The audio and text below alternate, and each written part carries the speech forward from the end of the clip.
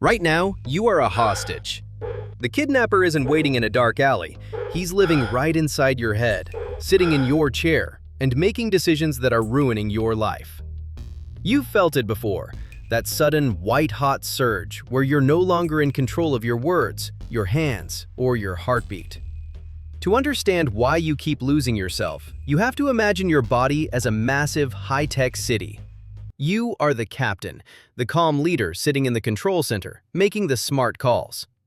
But then, out of nowhere, a tiny, loud, and very unstable gang crashes through the doors.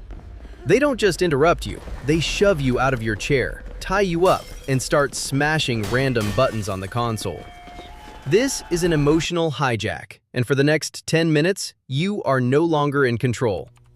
The ringleader of this gang is a tiny almond-shaped part of your brain called the amygdala.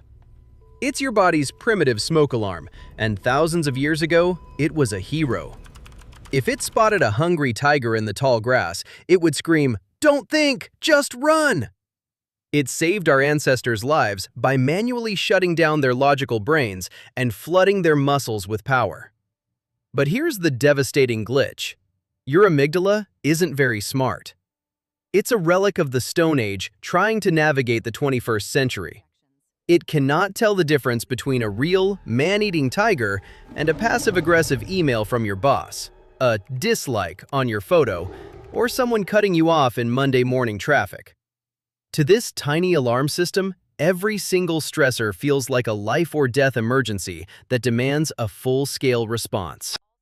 When this hijack happens, your amygdala sends a 911 signal to your entire system.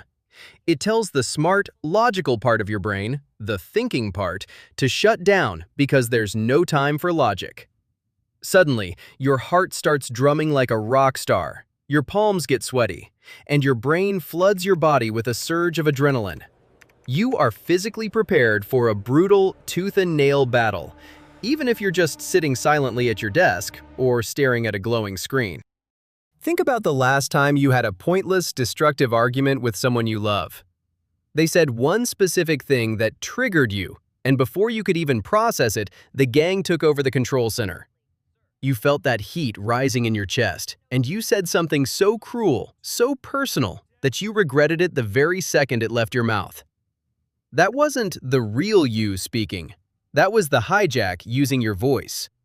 And when the adrenaline finally clears and you're allowed back into the captain's chair, you're left looking at a mess of broken trust and wounded feelings that might take months of apologies to fix.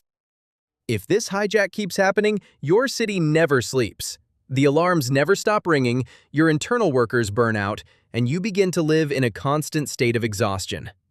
You become reactive instead of intentional, unable to focus, unable to rest, and unable to lead. So, how do you negotiate with something that's been evolving for millions of years? When you feel your heart racing and your head getting hot, you have to break the silence and name the moment. This is a hijack.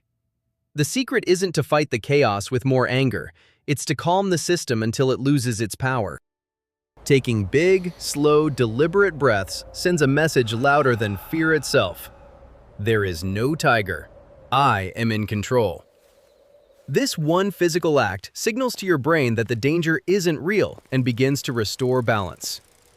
Moving your body, taking a walk, stretching, or even grabbing a pen and writing down exactly how you feel sends another undeniable signal.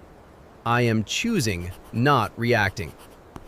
These small, intentional actions are how you untie yourself and reclaim your seat at the console. Your emotions are there to give you information, not to give you orders. They are allowed to say, "I'm scared," or "I'm hurt," but they are never allowed to drive the bus. You are the captain, and you are the only one who gets to decide if there's actually anything to be afraid of. Don't let a tiny little almond keep you as a permanent hostage. Take a breath, pull your chair back, and stay in the seat where you belong. What's the one situation where your almond usually takes you hostage?